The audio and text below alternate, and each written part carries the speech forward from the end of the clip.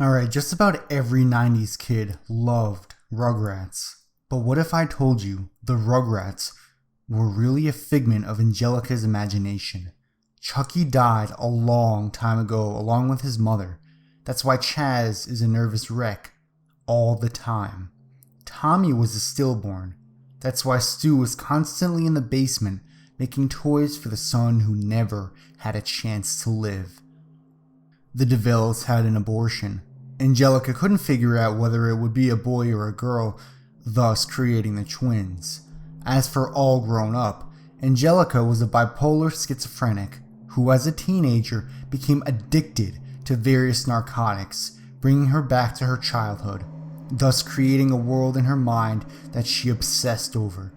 Because of the time lapse between the present and the last time she interacted with her imaginary world, she made them older. Angelica was constantly taking hits of acid so she would never have to live without her creations. To her, her creations were her only company in a judgmental world.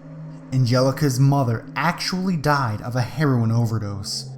Angelica was schizophrenic and bipolar because she was a crack baby.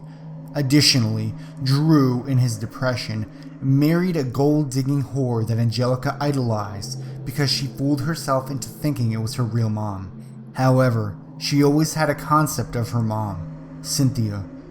She used a Barbie doll to mirror her birth mother's image, wearing an unwashed orange dress and jacked up hair, which is why she was so attached to it. Later in life, she followed in her mother's footsteps, dying of an overdose at age 13 when All Grown Up was cancelled. However, the only Rugrat to not be fictional was unborn Tommy's brother, Dill. Angelica didn't know the difference between Dill and her creations. Dill didn't follow her commands, and after endless crying and a refusal to disappear like the others did when Angelica was angry with them, she hit him. After she hit him, he screamed a screeching tune, and Stu ran in and pulled his niece off of his only child.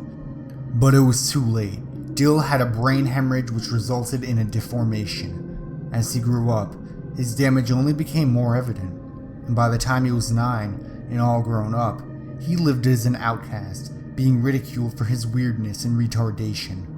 The immense guilt over this is what caused Angelica to start using drugs and to uncreate the Rugrats briefly, until her experience with hallucinogenics.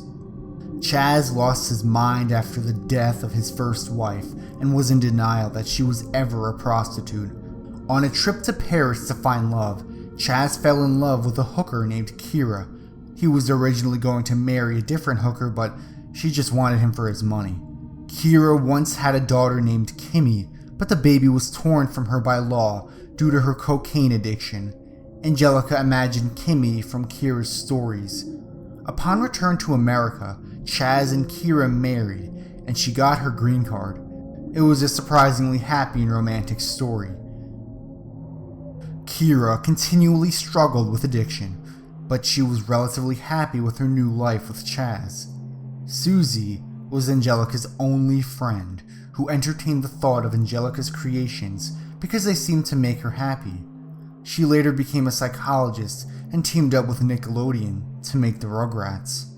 When Angelica died of the overdose, Susie helped arrange her funeral. Because of her addictions and her mental state, Angelica was expelled from society, which led to a break with reality and her eventual death.